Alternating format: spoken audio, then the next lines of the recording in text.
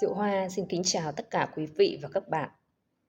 Phép luyện nửa tam muội có nghĩa là khi mà mùa đông giá rét, nhiệt độ xuống vài chục độ, và có khi còn xuống âm vài chục độ.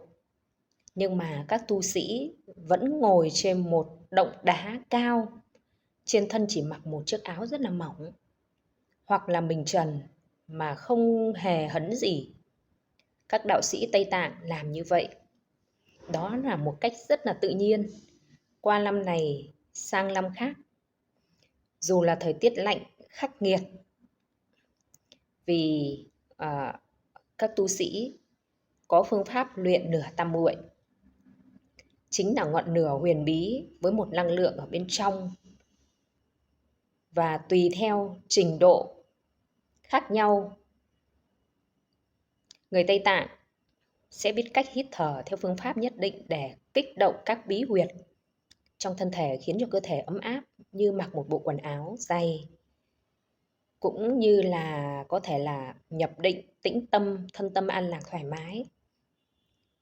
Cũng như quá trình cao hơn, đó là để luồng lửa chuyển theo đường gân đi lên đỉnh đầu và sẽ được chứng ngộ, được nhiều điểm phi thường khi mà luyện nửa tam muội.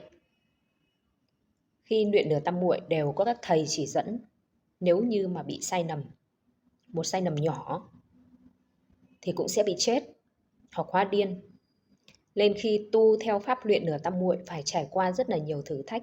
Được điểm đạo chuyển pháp ở Tây Tạng, các tu sĩ nhập thất thường liên lạc với nhau bằng suy nghĩ hoặc bằng linh ảnh. Vị thầy cũng theo dõi việc tu hành hoặc là hướng dẫn cho các đệ tử bằng những thông điệp suy nghĩ. Phần lớn ở Tây Tạng có rất là nhiều phương pháp tu hành là theo căn cơ, theo duyên của mỗi người. Có rất là nhiều các vị ẩn tu và tu hành đắc đạo thường hành trì phương pháp niệm hồng danh chư Phật từ ngày này đến ngày khác, và từ ngày đến tận hết đêm, không biết mệt mỏi, bằng tâm, bằng lời, bằng ý, cho đến khi mà nhất tâm bất loạn. Hoặc là theo các nghi lễ như là nghi thức lễ bái và lạy Phật. Ngoài ra, nhiều người chí tâm niệm thần chú hoặc là ngồi thiền định. Có người thì luyện khí công, hoặc có người thì lập đàn kết ấn, luyện tập theo trình độ căn cơ khác nhau của mỗi người. Lạt Ma Kayongpo, Ngài là cố vấn tôn giáo cho Đức Ban Thiệt Lạt Ma. Khi mà Ngài đến tuổi về già thì Ngài xin phép được rút về am thất nhỏ, muốn tĩnh tâm và để tu. Thời gian đó thì trong tu viện lại xây một ngôi chùa Đức Di Lặc rất là lớn. Ngài Đức Ban Thiền Lạt Ma mong Ngài Lạt Ma Kujongpo làm chủ khóa lễ, nhưng vì Ngài biết thời gian mình sẽ qua đời khi mà ngôi chùa hoàn tất, nên là Đức Ban Thiền mong Ngài trì hoãn lại cái việc mà Ngài nhập Niết Bàn, muốn Ngài làm chủ tọa trong buổi lễ. Thế là Ngài Lạt Ma Kujongpo cũng nhận lời. Khi mà buổi lễ diễn ra có hàng ngàn tăng sĩ và cũng rất là nhiều người đến dự, thì Lạt Ma Kujongpo ung dung, Ngài rất là ung dung và cầm cây gậy đi thẳng lên phía trước ở pho tượng, sau đó là làm lễ cũng như là thắp hương và làm tất cả các nghi lễ. Sau khi đã hoàn tất, Ngài ngồi xếp bằng và niệm hồng danh chư Phật 3 lần.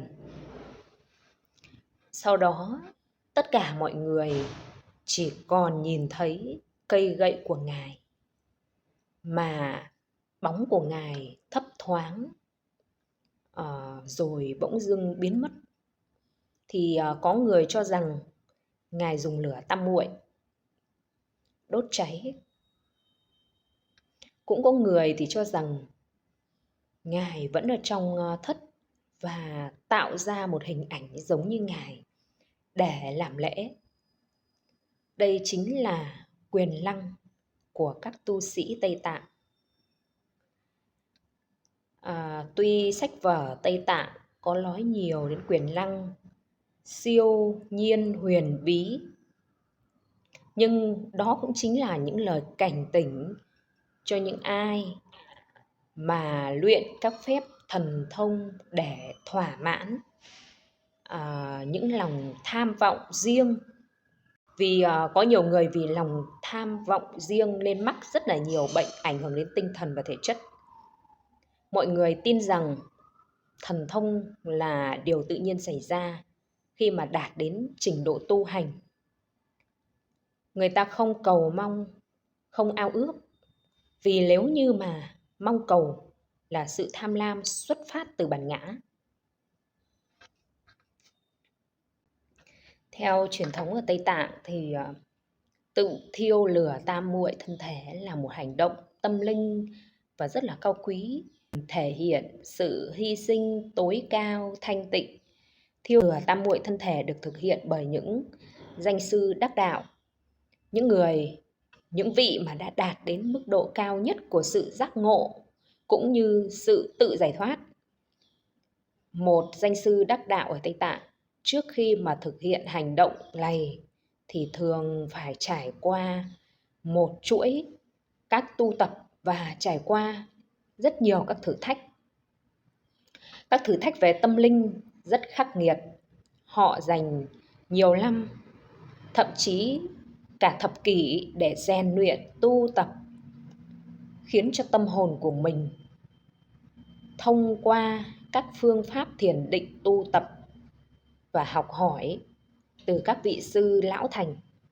Khi danh sư Tây Tạng cảm nhận được rằng cái thời điểm đã đạt được đến mức độ giác ngộ cao nhất thì sẽ quyết định tự thiêu lửa tam muội thân thể của mình, giống như một hành động tâm linh cuối cùng.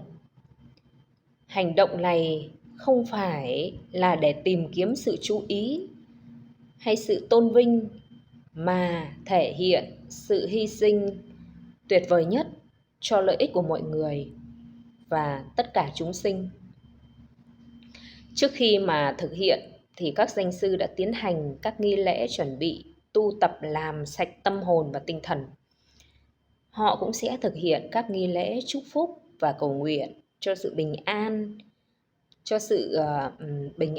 cho sự giác ngộ và mọi điều giác ngộ cho mọi người.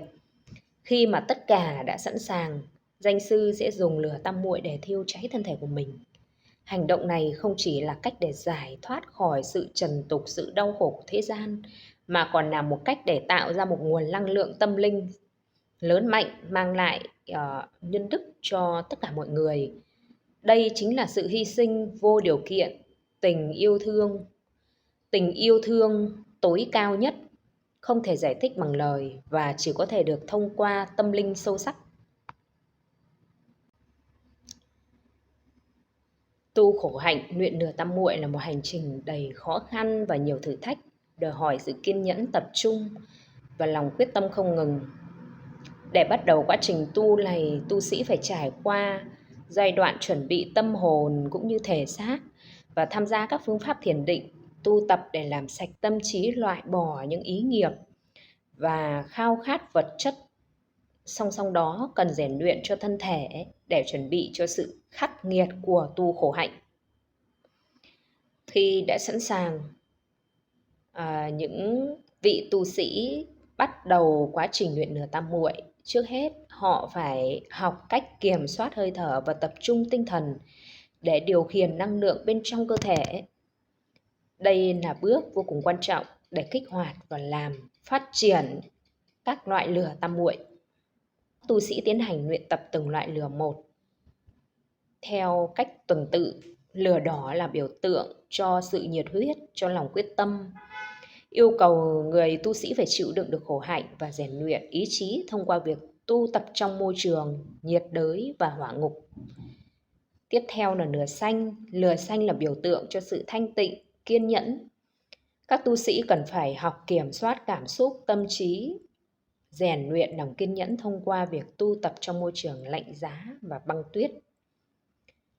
Cuối cùng là lửa vàng, Nửa vàng chính là biểu tượng cho sự khai sáng, giác ngộ.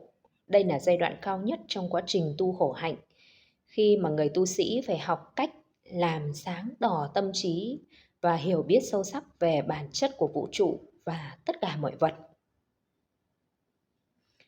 Quá trình tu khổ hạnh, luyện nửa tam muội không chỉ là một hành trình đến với sức mạnh tâm linh mà còn là một cuộc phiêu lưu tâm hồn, nơi mà các tu sĩ phải vượt qua những thử thách ờ, nội tại và học hỏi từ mọi trải nghiệm để đạt được sự giác ngộ, sự bình an và sự an lạc trong tâm hồn. Diệu Hoa xin cảm ơn tất cả quý vị và các bạn đã lắng nghe và đón xem video của Diệu Hoa. Xin kính chúc tất cả quý vị và các bạn luôn luôn an nhiên vui vẻ và thành công trong tất cả mọi lĩnh vực ở trong cuộc sống này.